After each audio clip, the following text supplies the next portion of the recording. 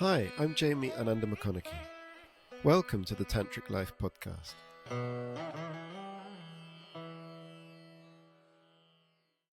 Okay, so today I am thrilled to have as my guest Uriel Yariv, co-founder of the Mahasiddha School of Yoga in Thailand. And Uriel is a teacher of Tantra, of yoga. He's a psychologist. He has at least possibly more than 20 years of experience of studying and practicing and teaching in many areas, right? Including Tantra, Tibetan Buddhism, mystical Christianity. And that's, what else, Uriel? I think that was my very brief introduction. I think I will let you continue, Uriel. Can you tell us more about yourself, who you are, and what you do? Yeah, so thank you, Jamie. It's I appreciate the invitation, and it feels very nice, this space that we have together. So I'm born in Israel, and when I was 20, I found the path. Today I'm 44, so I think literally today, 24 years ago, end of October, was it 28, 29? Literally today, 24 years ago, I found the path.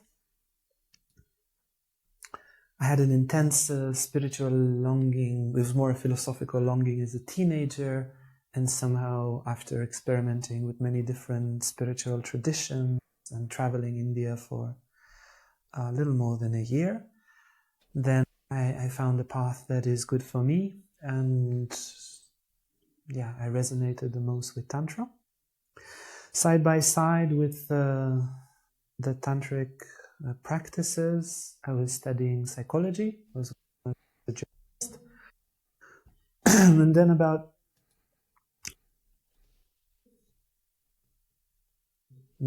10 years ago, I arrived to founded, together with Blandine, Mahasiddha Yoga.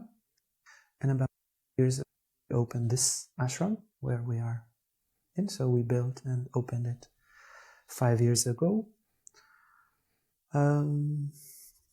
What can I say?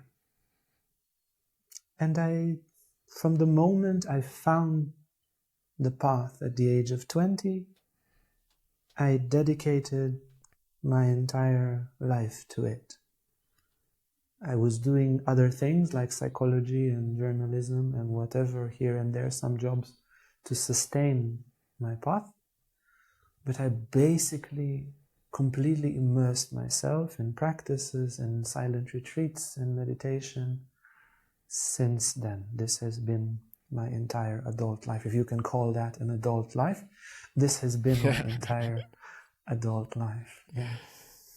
Fantastic. Yeah, I think that's the life many people would love to experience. And I'm hoping that through our conversation, you'll be able to sort of share and inspire some of our listeners to see how we can put into our lives, put into practice some of these things that you teach. So you mentioned that you do retreats. Could you tell us a little bit about some of the retreats that you've been doing? Yeah, so for about 10 years, since I was 22, 23, for about 10 years, I would do 3 months a year.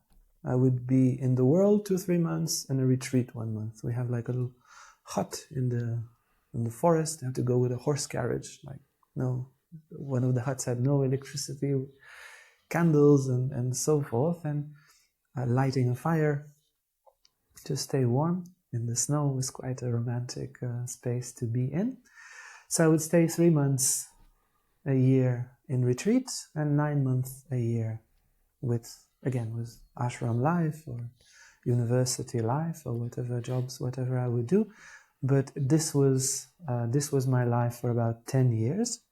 And then when I arrived at Mahasiddha, it's more demanding now.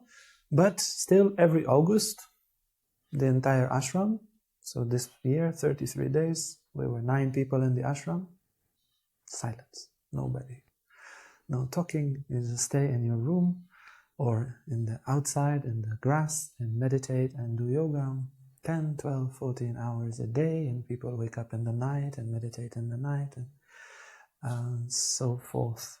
So all in all, maybe 3 years of my life I spent in silence, which is, compared to the 41 years that I spent speaking, is not so much. But still, it's like it brought gold in my heart. So when I think now about the retreat that we did in August, and I think now about all these 30, 40 1-month retreat that I have done, I have this golden sweetness in my heart when I share about that. Wow. And is it like this kind of retreat, a very silent retreat, and as you said, if you're going to stay in a small hut somewhere where there are not all the conveniences of modern life, I mean, it sounds romantic, but on the other hand, it also could be quite tough, right? To live like that for several weeks or months. Yeah. No, it's tough. Every retreat is difficult. Every retreat, even this one in August, 2 days, 3 days, they're difficult. We get used to. Okay, here's the phone and entertainment. Here's my lover sending me this cute teddy bear there. A little bit. I speak to my friends, to my mom, to my brother. I feel a little bit.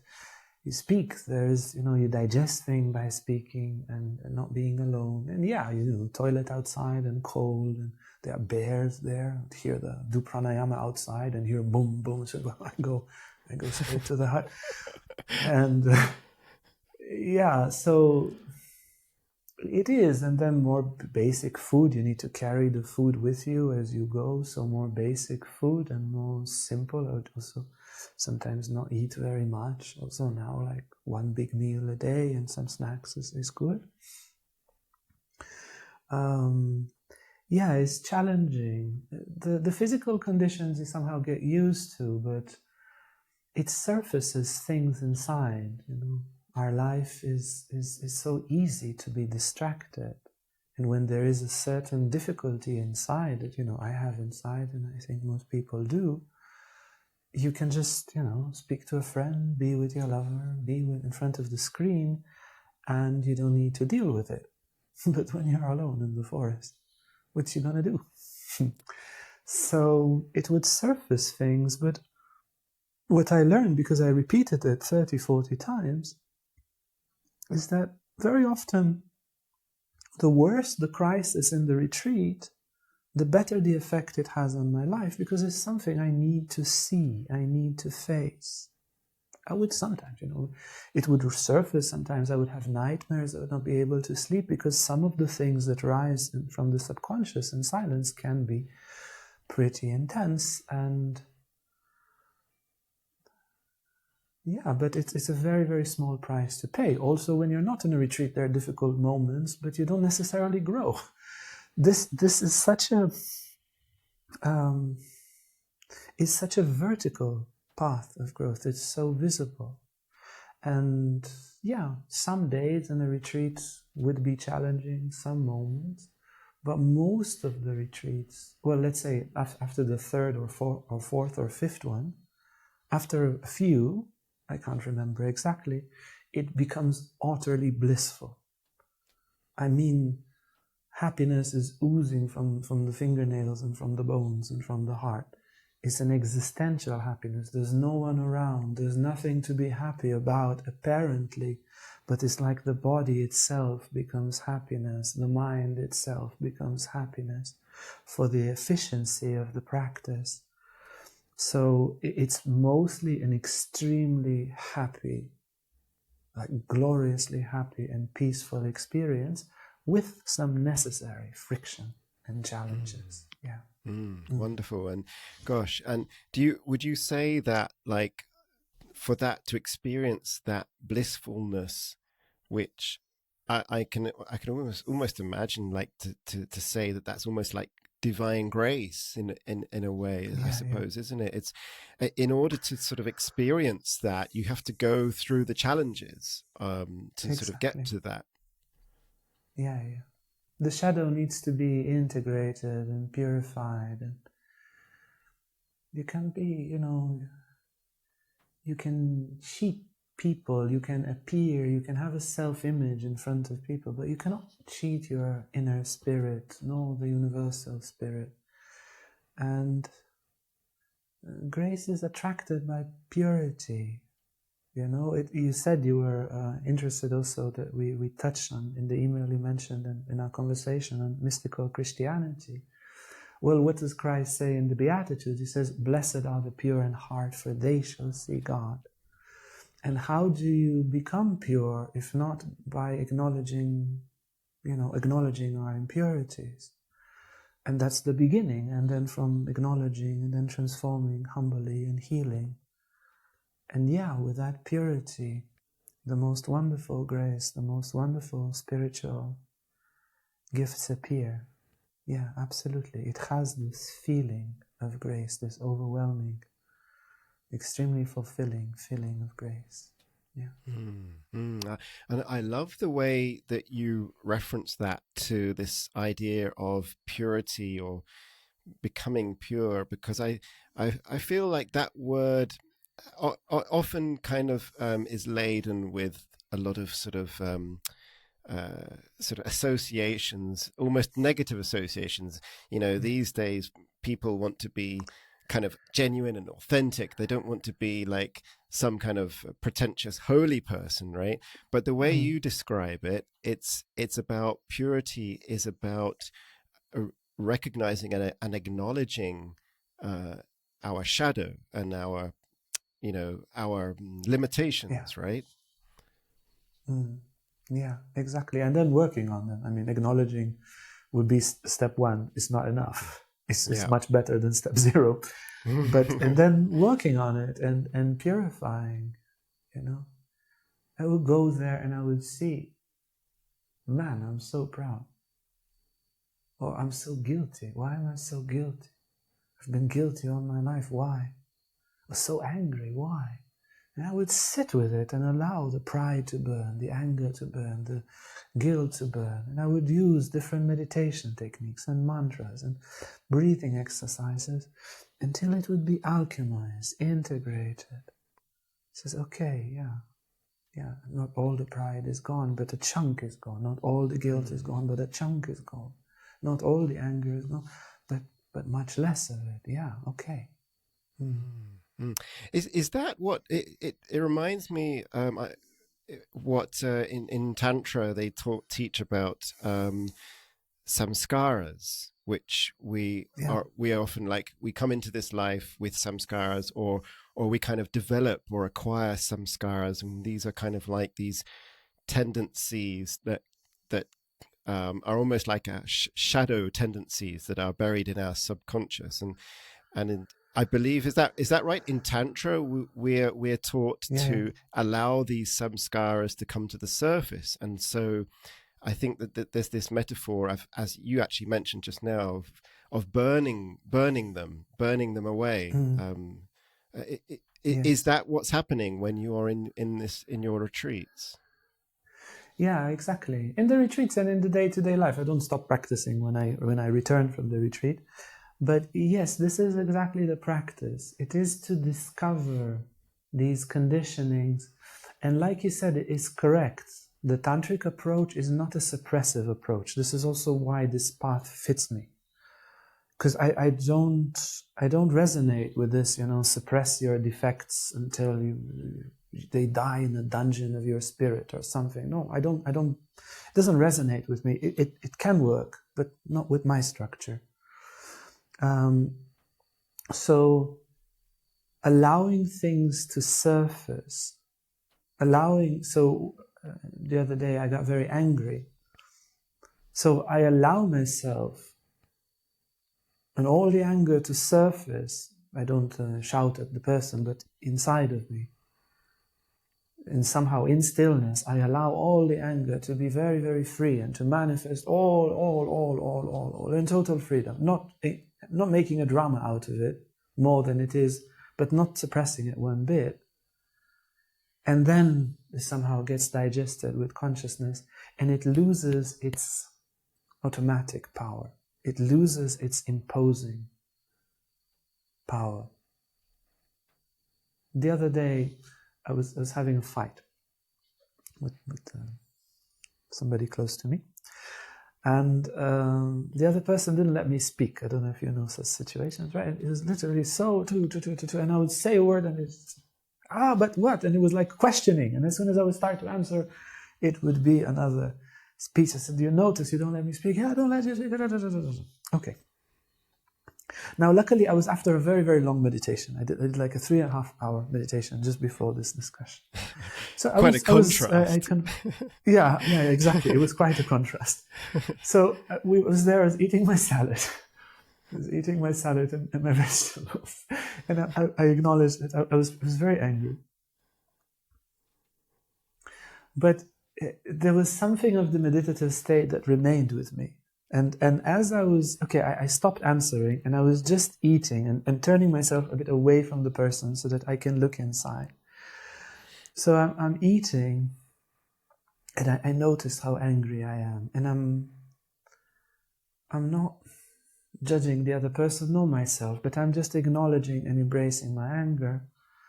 And with that meditative state, it's like I was there maybe 30 seconds or 1 minute, but it was like time dilated inwardly, and there was a space created. And I realized, that person is angry, but they have a transformative message for me. They have a feedback. And I've heard this feedback before from other people. So, I know I have this observer bias and I have my own blind spots. So maybe there's something there. Not maybe, there is something there. And this is a transformation that I would like to have, and I would like to have it with that person together. So, and then I said, okay, what can I do with this? Well, we can do this together. And then I said to the other person, why don't we do this together? And after a little bit of back and forth, it was still tensed for a few minutes more, it relaxed.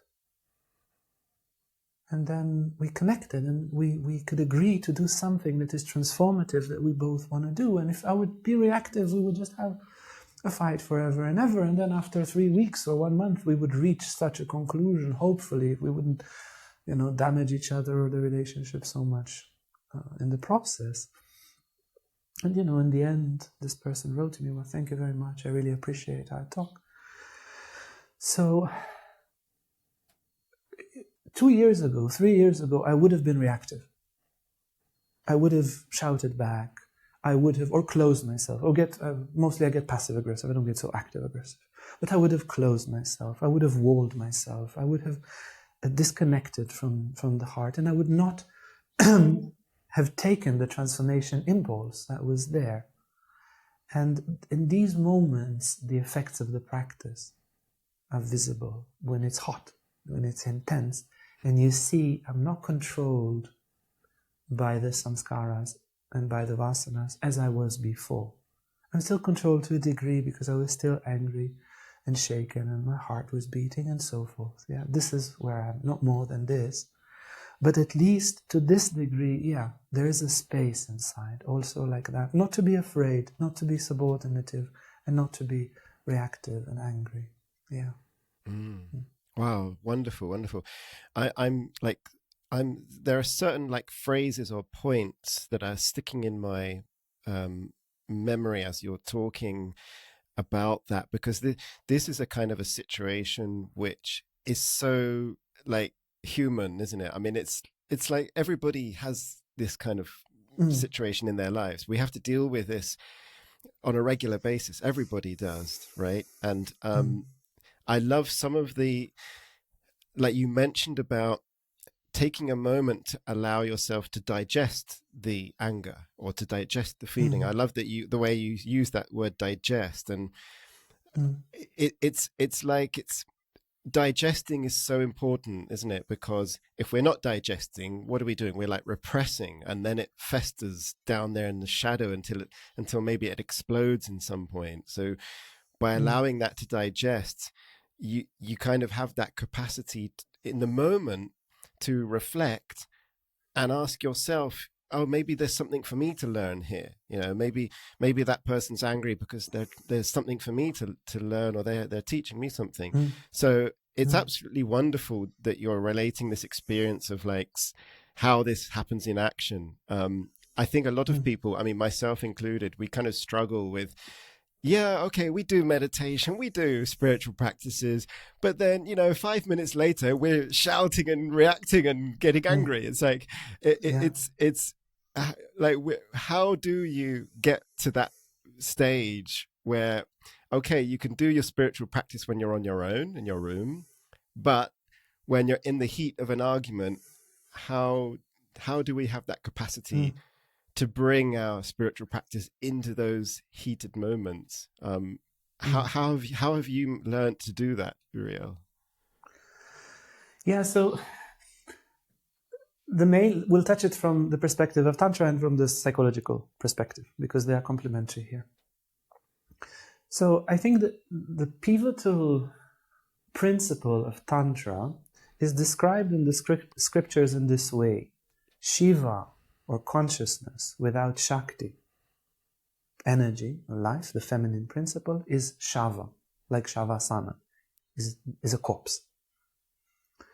And Shakti, life, energy, manifestation, the feminine, without Shiva, without consciousness, is chaos and Maya, is destructive. So whatever emotion, to put it into the inner world, the emotions, the feelings, the desires, the inner life, the inner energy is feminine. And when that is not attended to by consciousness, it's Shakti without Shiva, it becomes chaos.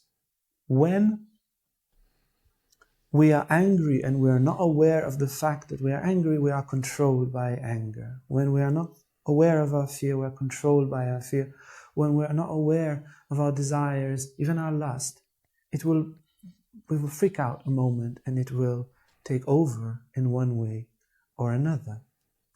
And the same is valid in psychology. People come to me to therapy. I did 9 years of university, and the main thing, and different qualifications, and the main thing that they teach you is to say, yes, how do you feel about it? And so forth. And if you really listen, and there's another spotlight of consciousness, people say, man, I feel so good. This was amazing. I didn't say anything, but I was there with the heart of the person, with their words. And then consciousness arrives, because that's the good occasion, is when Shiva and Shakti are together, when there's consciousness and energy together, and there is harmony, there is peace, there is bliss. And then once we get aware, well, now I'm guilty, now I'm afraid, and we're not just aware, you see, the verbal awareness is just a small part. Because an emotion is not just words, right? People can feel stuff and have been feeling things before they were speaking.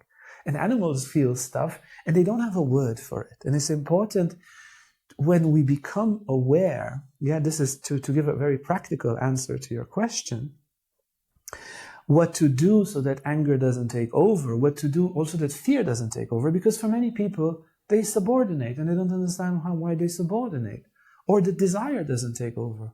I'll go home and do something productive. I get home, okay, 5 minutes in the internet. Whoa, okay, now I'm too tired. I go to sleep. I've done nothing productive today and this month and this year.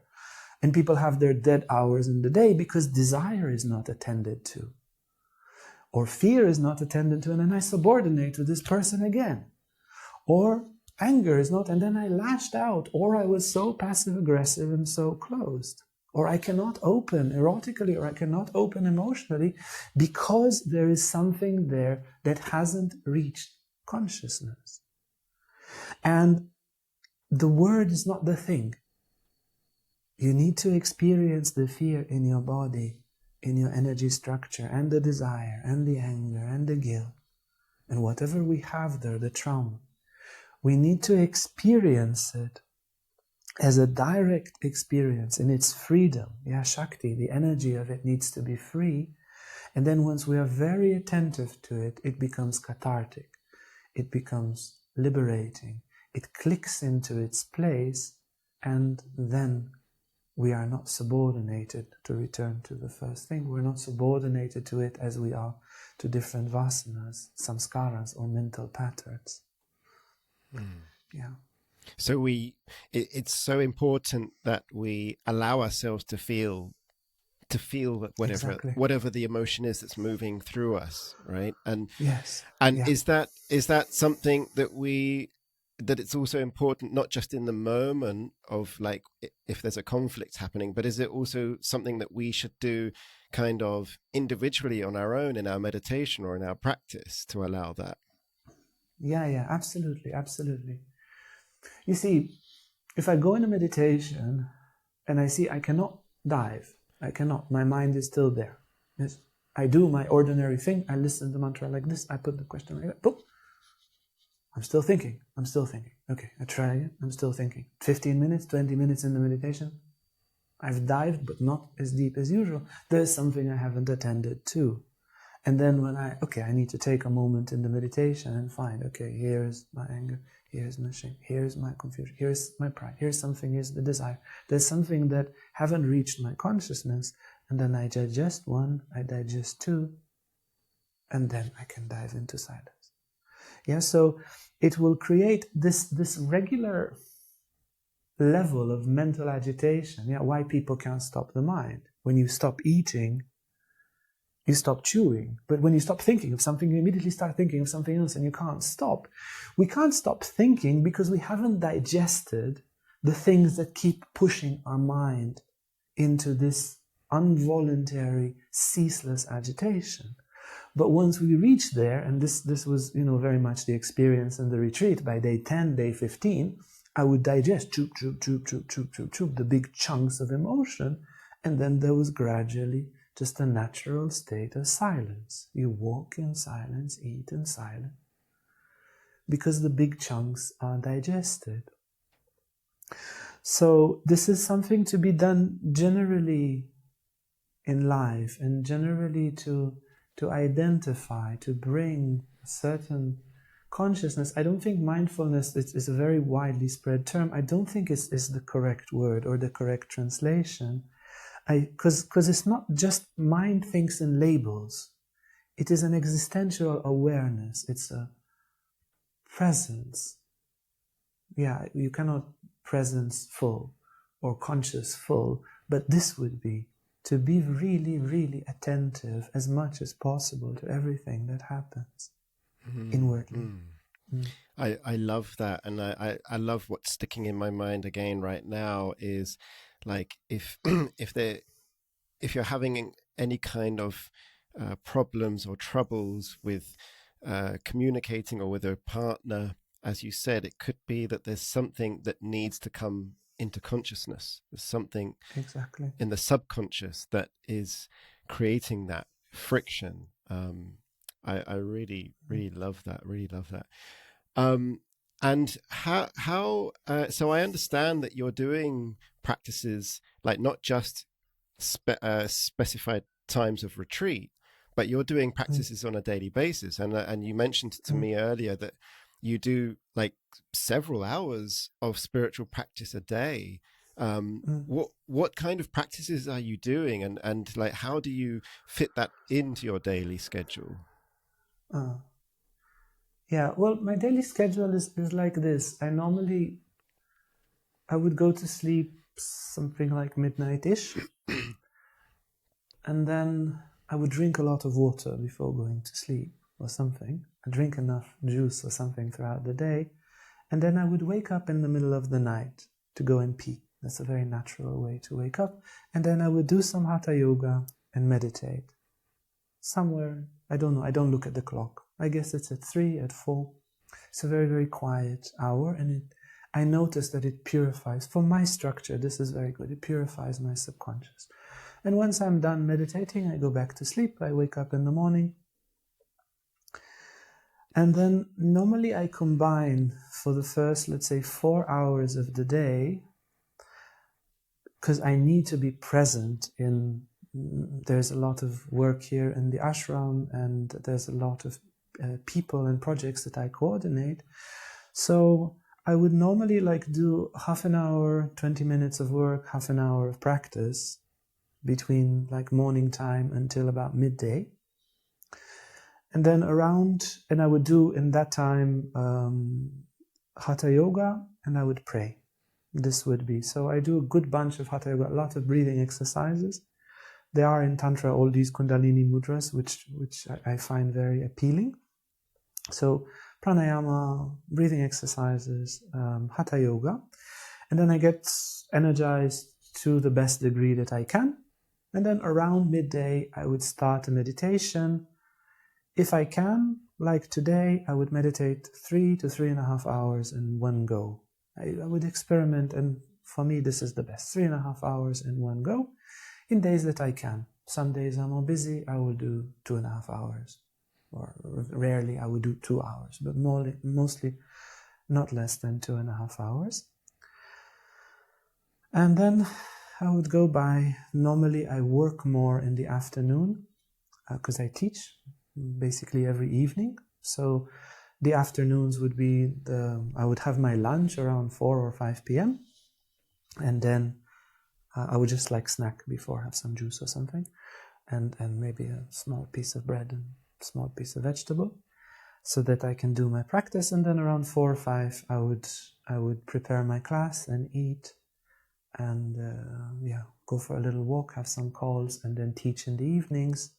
And then once the evening is done, I would do again some Hatha Yoga, and then I would pray and meditate and go to sleep and start again. Something along these lines. That's great. Yeah. That's a really for many people that would be a very sort of intense daily spiritual practice, right? I do love your little trick of drinking something before you go to bed to help you just wake up naturally in the night. yeah, exactly. Because I would do it with a clock, and sometimes I would wake up from deep sleep, and it would be quite difficult on me. My head would kind of hurt. I wouldn't be able to meditate well. And then I just noticed that I wake up like this, and I said, okay, why don't I? And I don't turn on the light at all. I just pee and Hatha Yoga and meditation. And then it's always like you always get up to pee between sleeping cycles, right? So never from deep sleep. So it's very natural for the body this way, and it's no effort. It's like this, it can be sustained for years. Yeah, that's fascinating. Yeah, really interesting. As you say, you're not getting shocked out of that deep sleep where you're sort of wondering where you are when you wake up. It's as you say, it's the body is feeling some urge and sensation, so it's naturally waking you up. I really love that. I think that's so great. I wonder if that's like some secret technique from some ancient Tantra scriptures. It's really fascinating. And when you're doing you said you do like 2.5 or 3.5 hours non-stop of meditation. Is that what? I mean, you don't obviously. I don't expect you to tell us all the details of what you're doing, but I'm just curious to know: is that internally, is it quite an active process, or is it a very still kind of meditation that you're doing? Because I know that some tantric meditations are quite dynamic with the way they visualize things. No, it's still. So it's quite still. It's the meditation technique. I can share many aspects of it which are not secret. So I normally meditate in this period, and this is perhaps the mantra that I worked with the most. Is I meditate with Shiva. This is like a mantra it represents consciousness and the supreme consciousness. And it meditates on an inner subtle sound. So in the Hatha Yoga Pradipika and in the Shiva Samhita and the Tantric text, also in Mahanirvana Tantra, is referred to as Nada Yoga, but combined with Mantra Yoga, so that the sound, the inner sound that I listen to is associated with this mantra. So I tune into that, I repeat the mantra, I tune into the sound, and then I get as good as I can, you know, as far as my concentration and inner peace and spiritual power in that moment is, I get absorbed into that sound, into the meditation, and it's like my consciousness and that supreme consciousness are in contact, or they are fusing. So I do that for maybe an hour and a half, and then I meditate. We have this meditation, it's called the 14th step, which is based on this Ramana Maharishi, who am I? Meditation, yeah, the body, not the body, and so forth. So I do that for maybe 45 minutes, an hour, and that's normally, this is the highest point of the meditation, and normally I would lose my ordinary concept of self there, and experience a very, very profound and very fulfilling silence. Yeah, more fulfilling than I don't think I've experienced anything in the outer world that comes in any way near this silence and this absorption in silence and in spirit.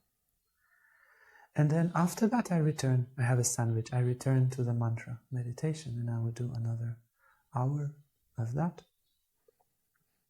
Yeah, that's the practice. It's not, I don't,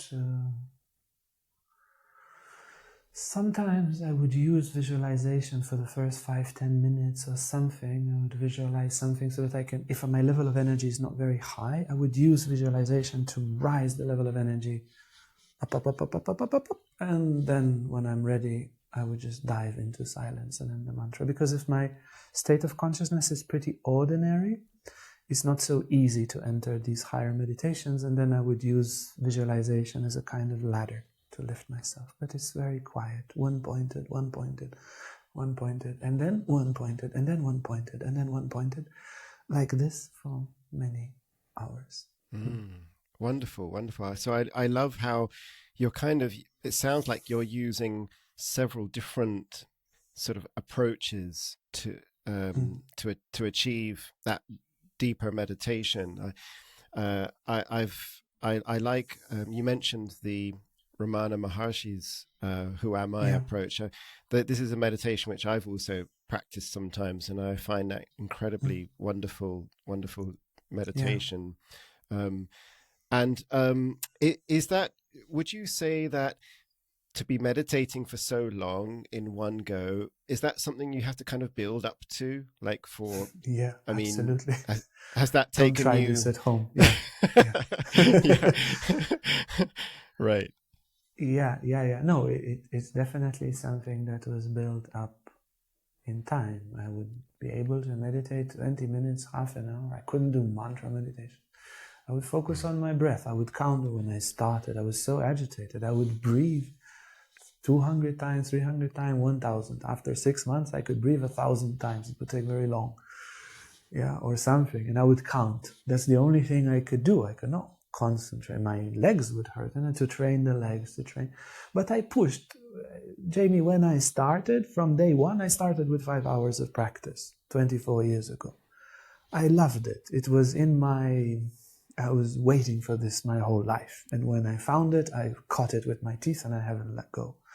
So I started like that, but it was very difficult. In the first years, I would practice almost exclusively Hatha Yoga because I would just be so agitated in meditation.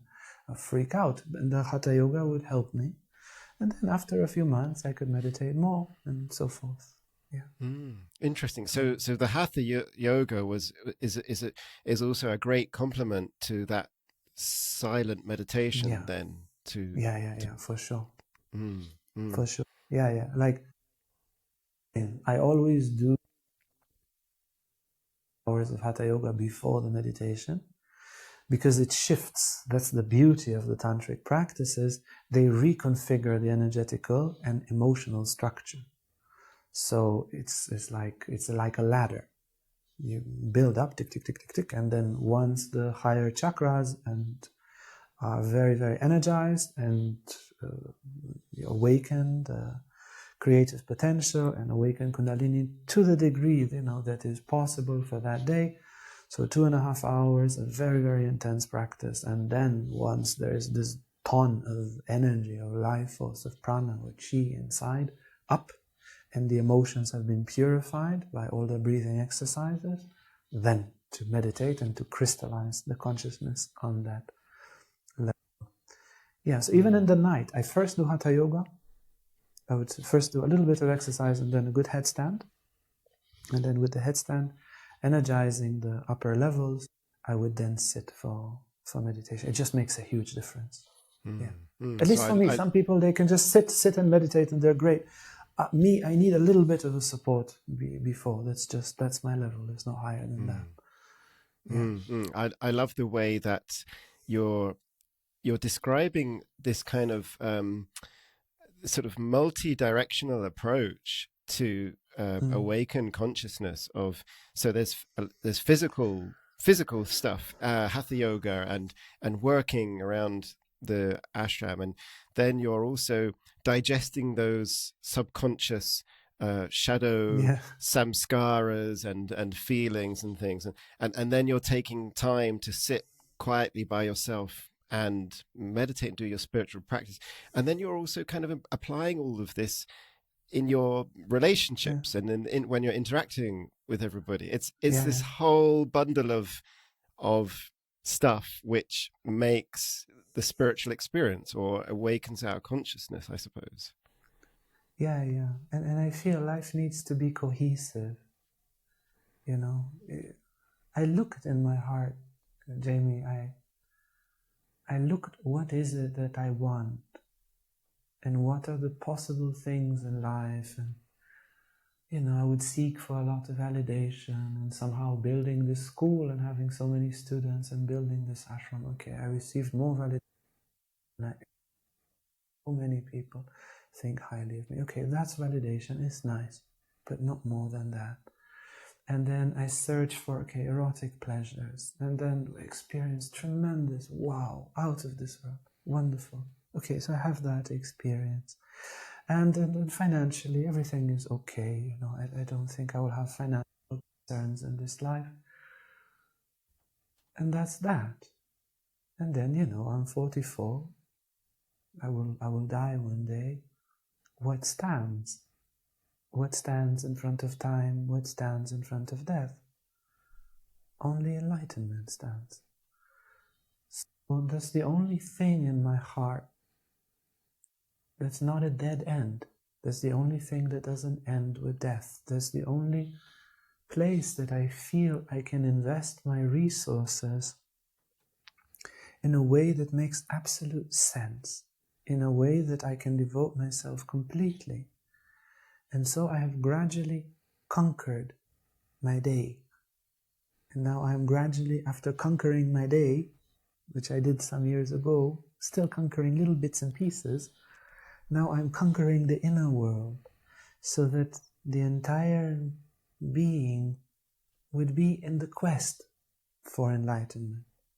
Enlightenment will come when it will come.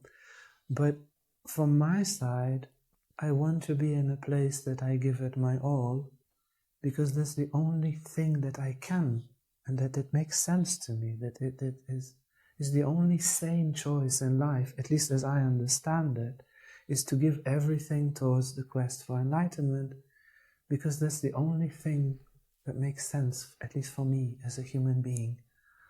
And so my life is like that. It's absolutely. I mean, I can relate myself to some of that. What you're saying, it's whenever I've been on a retreat, and I'm sure you must have experienced this, is that when we remove all of those sort of material things from our life, and the internet, our phones, our distractions and things, And then what are we left with? And it sort of makes you reflect, and it makes you sort of put your attention on, well, what is fulfilling? What fulfills me? And it's experience of consciousness, or the urge towards enlightenment is what really fulfills, and not scrolling on Facebook or watching Netflix. Doesn't fulfill, does it? So at some point you sort of get fed up with putting so much energy into those things, and you just want more of what truly fulfills you. I suppose. I mean, I imagine that's the experience that you're having, or something along those lines. Yeah, exactly. And somehow this is the path of Tantra. You live life and you fulfill this and fulfill that, and see the truth of it. And don't stop then. And see what is deeper. You see, the search for validation is essentially the search to live a life of value. Okay, but then what is a life of value? It needs to be aligned with something higher. What is the value of a piece, if not its service of the whole? A liver is meaningless outside the body, but a liver in Mozart's body, it makes music. It's a genius liver, right? And then us, if we are disconnected, if we are an organ, which we are, if we are disconnected from the whole, we have no value. So which is enlightenment? For pleasure, the search for bliss. And bliss is, like you said, an act of grace. And the search for the greatest relationship and the greatest love with a lover, with a woman, with a partner, is essentially the wish for unity. And that's again enlightenment. You understand? All the outer things, they hold a promise. The cake says, wow, if you eat me, it's just Uriel, if you eat me, oh, you will be happy forever. Scroll me, you'll be happy forever. What's the scrolling about? You're searching for peace. You're searching to dissolve your mind, so you do something mindless. It's a correct search, but it's superficial. And then when all this is essential, I want the ultimate peace, the ultimate togetherness, the ultimate value, the ultimate bliss, all of that inside. Also in the outside. But essentially everything I've ever searched for outside, it can be essentialized into the spiritual search with these 4, 5, 6 things. Essentially, it's not more than that. Yeah, absolutely. It just reminded me sometimes when I'm on my phone and I'm scrolling Facebook, and my partner, she says to me, what are you looking for? And I sort of think, I don't know, I think I'm just looking for like the answers of life or something. And it's like, I'm sure the next post that comes up will be somehow the answers to life, the universe, and everything. But of course it never does come. Yeah. Gosh, and it's so what occurs to me is like listening to your way of life, and the depths of spiritual experience that you are able to achieve. Is this possible whilst we're also like in a relationship, whilst we're, or do we have to live like monks or like hermits? I know Tantra teaches that this is possible, right? What's your sort of experience of that? You see, Jamie, my aspiration awakened when I was a teenager. And then all I read was, you renounce the world and gain spirituality, or you renounce spirituality and there's a world. And both of these, when I was like 16, they both looked like, maybe I just kill myself. I don't want to. I want to have a relationship. I want to have a life. But I cannot imagine, already as a teenager, I cannot imagine my life not dedicated towards spirituality. And I was in hell. I mean, the years from 15, 16 until 20, it was so difficult. I couldn't imagine renouncing one. over the other. They say love God and hate the world, or search for nirvana and reject the world. Think that the food that you're eating, I'm reading this book now from Acharya Mam, great Thai monk. Think that the food that you're eating is disgusting, so that you don't get attached to it all your life. Think that the food, and this was like, and then the peace of the spirit. Yes, I want, but to hate everything in order to attain, that's not right. It doesn't feel right, and I don't think I have the strength for it. And then I found Tantra, and then it's possible. It's possible, and you can support yourself by it.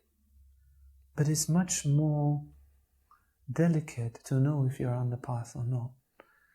So Tantra is very, very delicate. And yes, I live with my lover, and I'm tremendously in love. Like, I'm madly in love. I need to see a doctor. Yeah, it's very intense.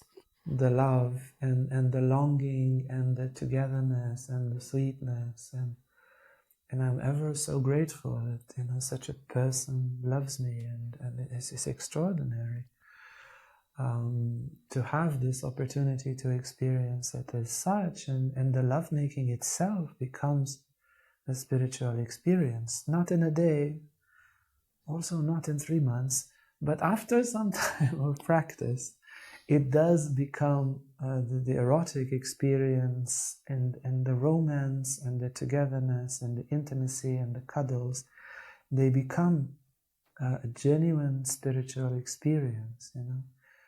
You want to unite with the Absolute, you want to unite with God or the universe or Buddha nature, better learn to unite with someone you love, really unite. And it's really a school. It's really an art to do that. And I know that you do a lot of this. You work with couples and relationships as well, right? Yeah. Could you share some simple tips, perhaps with my listeners who they have love lives, they have relationships, and yet they also want that depth of spirituality? What are some simple things that we could get started with going towards that goal? Yeah. So it's a big part of my life. So I'm teaching with another teacher, with Maria. We're teaching a relationship course, and together with other 5 facilitators, we're teaching amorous erotic continence for men. So we teach men. There's like more than 1 year of teachings, weekly teachings of men, particularly the love life, how to be in the bedroom, how to accomplish all the. It's like really hands-on. It's like locker room talk. It's me and another 4 guys and two women saying, "Look, I tried for 20 years. This didn't work, but this worked really well." And just everything that worked, everything from people come with erectile problems, people come with premature ejaculation, and they come out. By now we have, I think, more than 100. And with the relationship course, more than 150, that many of them come out and they can make love for 3-4 hours and not ejaculate and have wonderful multi-orgasms. But more than the technicality is just the entrance. They are able to really love. They are able to let someone into their hearts. Now, some basic tips. What's very important for guys to understand is that essentially in your heart, you are not searching to have a woman in a box. You are not searching to have a woman there in a box somewhere. When you have an itch, that she scratches it. When you have a need, that she takes care of it, and then you have her out of your life. Because many guys believe that this is what they want. And even when they attain it, they feel empty.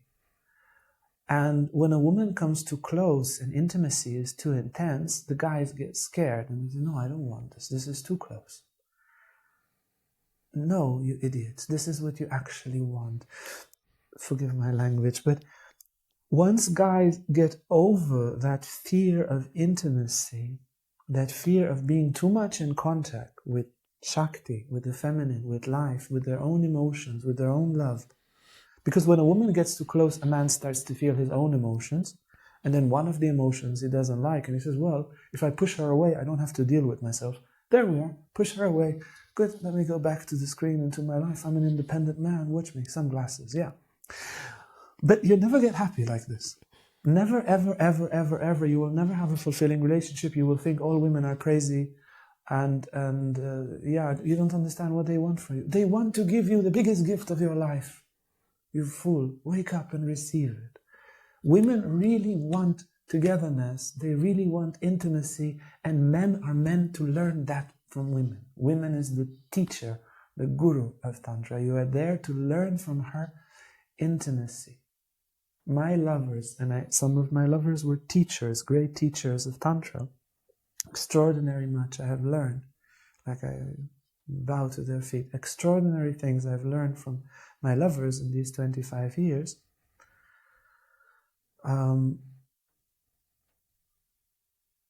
They would come close to me and try to convince me to fuse heart to heart. I was like, I don't know, is this something that you want? I don't want. I'm happy to make love and, do my thing. I'm doing my thing. Thank you. And gradually, with a lot of argumentations, I started to say, okay, I can play with the thought. And then we would become very intimate, very, very intimate. And when we were just about to fuse in the heart, I would seriously need to pee. I say, okay, I'm just going to go and pee and come back and we continue fusing in the heart and the moment would be gone. And after several times like this, I realized, man, this is not peeing. This is like, I'm afraid. I'm pushing away love. And then I decided, that's it. If I need, I'm going to pee on the bed, but I'm going to stay there and I'm going to fuse with the woman that I love.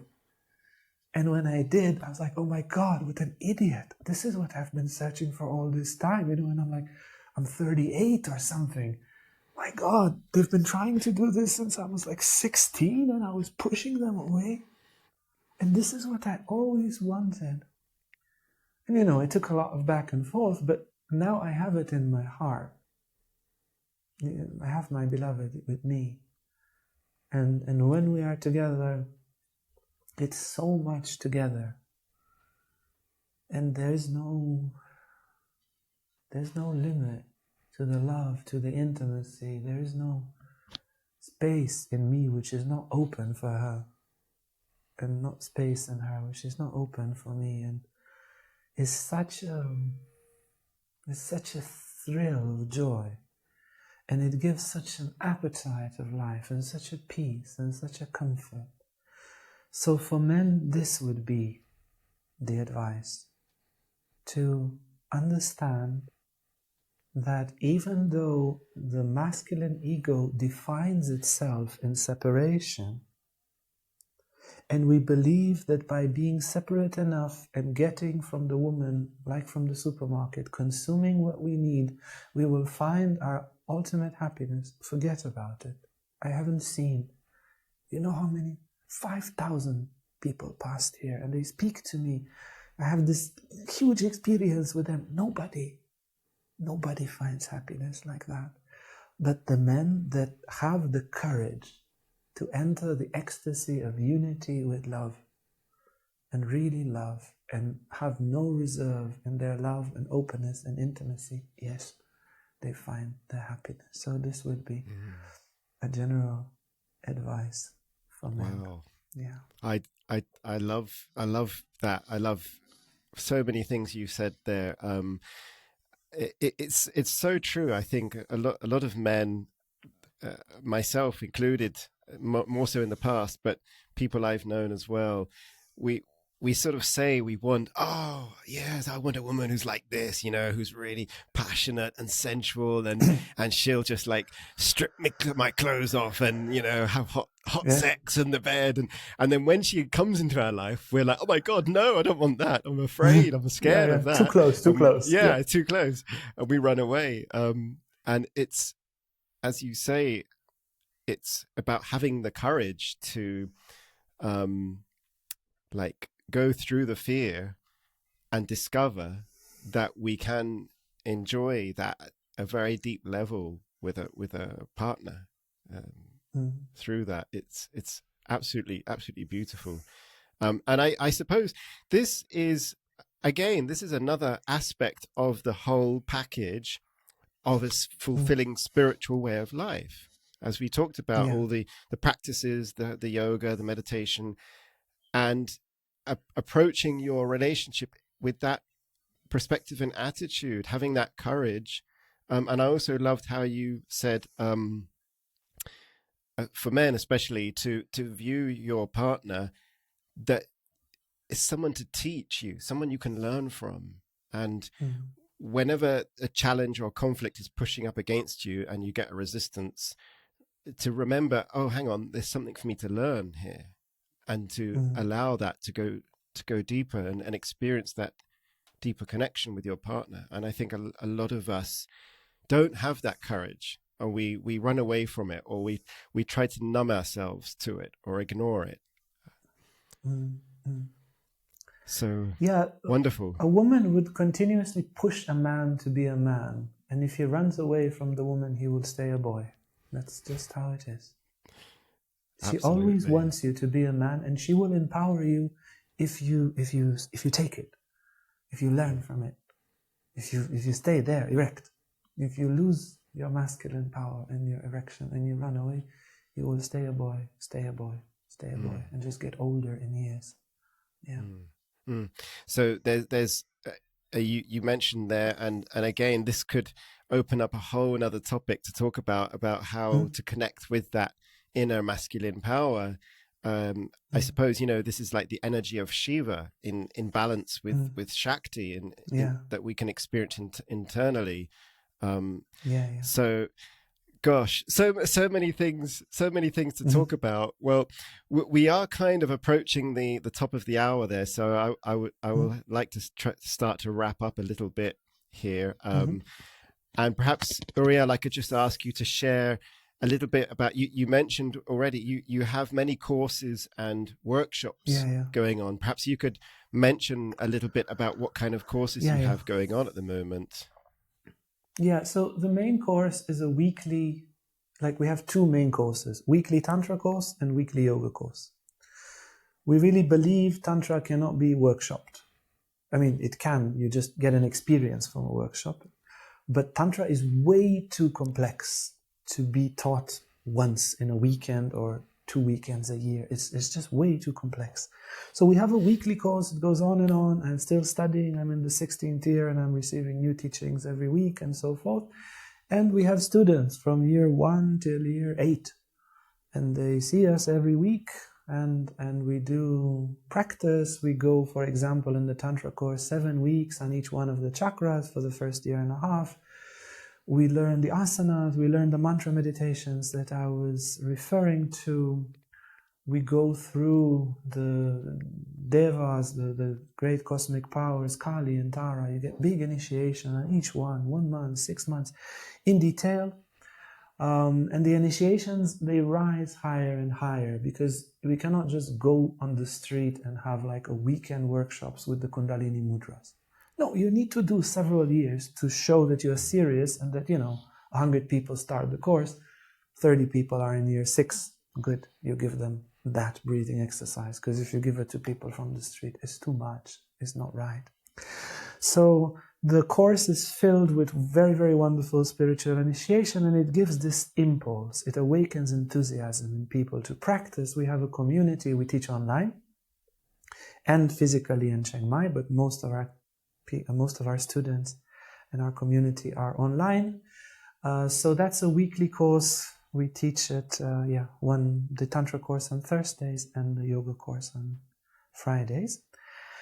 And then we're teaching a relationship course. That's just, it will be a module, 8 weeks, and then another module in spring. We have this Amorous Erotic Continence for men. That's about a year course. People come and take the recordings, and then every year we do a month that is live. And it's a whole community. There's a big group of people, and we answer questions and share materials and so forth. It's a very big group of men. And then we have our on-site retreats. So we have about maybe 15 retreats a year. We have Tantra immersion. It's like 6 days to get to know Tantra, level 1, level 2, level 3. We have silent meditation retreats a few times a year with the Ramana Maharishi method. We have, sometimes we do retreats for couples, sometimes polarity retreats, emotional healing.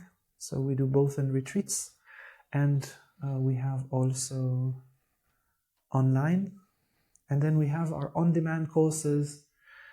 We have 4 courses about a course on sadness, a course on guilt, how to alchemize and take care. We have purpose of life, lucid dreaming. We have so many courses there on demand. People can just buy and view.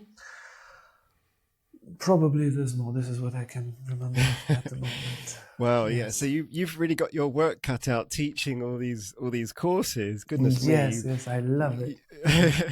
You must get to meet so many different people doing this. Yeah. It's very fascinating, and the connection is very deep because we really touch the core of life. It's very fulfilling to teach and to meet people in this way.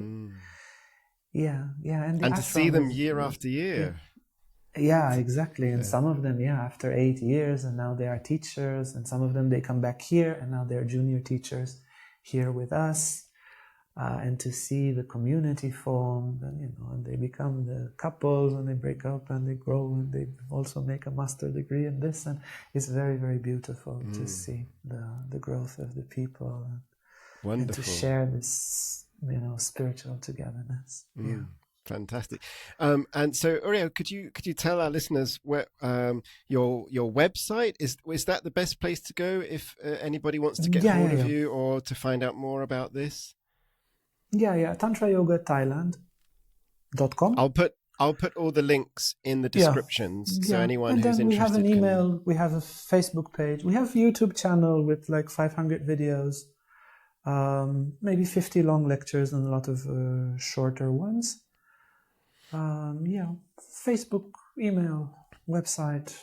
That's the easy way to find us. Yeah, we also, Blandine and I, we give private sessions here and there. Okay, so for our listeners, all the links in the description there, and you have loads of free stuff as well, free content. Yeah, exactly. I've seen a lot of your YouTube videos, some really wonderful lectures that you've been giving. So great resources for anyone interested in Tantra, and really, really fantastic talks and topics.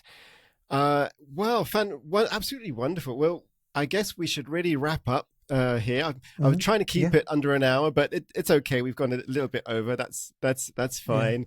I don't think I will be editing anything from this because everything has been absolutely like gold dust. All the little crumbs of wisdom from Uriel.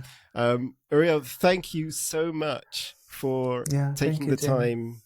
It's been an absolute privilege. I feel deeply honored to have you on as a guest.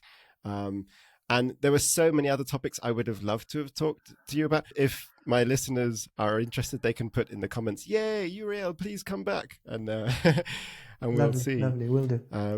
Okay. Thank you so much, Uriel. Bless you. Thank you. Yeah, thank you, Jamie. All the best.